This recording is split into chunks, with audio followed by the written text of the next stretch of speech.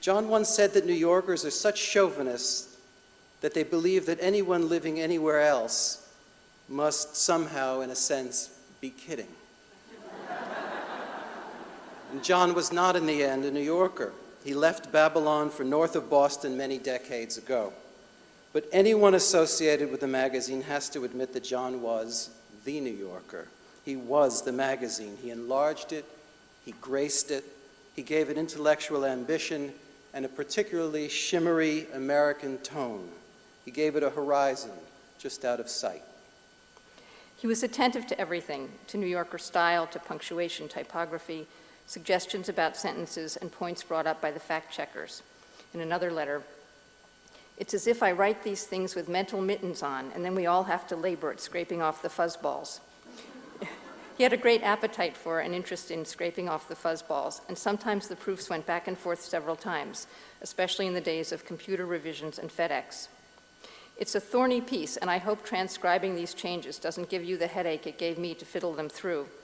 I can't trust my ear at the end. Which is the snappiest punchline? Sorry, feel sorry, or regret? I seem to have been all thumbs in writing this. This is a different letter. Putting in one who's where they weren't needed and leaving out thes where they were. The little Gordian knot at the end I thought could be cut by substituting analogy for equivalent. To a query about putting a comma after the word wine in the sentence, Mrs. Leavis sometimes brushes past that sense of music which makes some texts wine and whose absence leaves the rest watery. He wrote, "Let the reader rush on to the end of the sentence and be reassured wine is not a misprint." He liked it when, on occasion, a piece had to be turned around quickly. What fun, this sudden shuttle of proofs back and forth, as though I live in the real world after all. She has a hold, feels a heartbeat on her thumb, and then loses it, and the skin of the water leaps with pale, refracted oblongs that she can't seize the solid of. It is only a moment, but a moment dragged out in a thicker time. Then she has Becky squeezed in her hands, and all is right. She lifts the living thing into air and hugs it against her sopping chest. Water pours off them onto the bathroom tiles. The little weightless body flops against her neck, and a quick look of relief at the baby's face gives a fantastic clotted impression. A contorted memory of how they give artificial respiration pumps Janice's cold, wet arms in frantic, rhythmic hugs.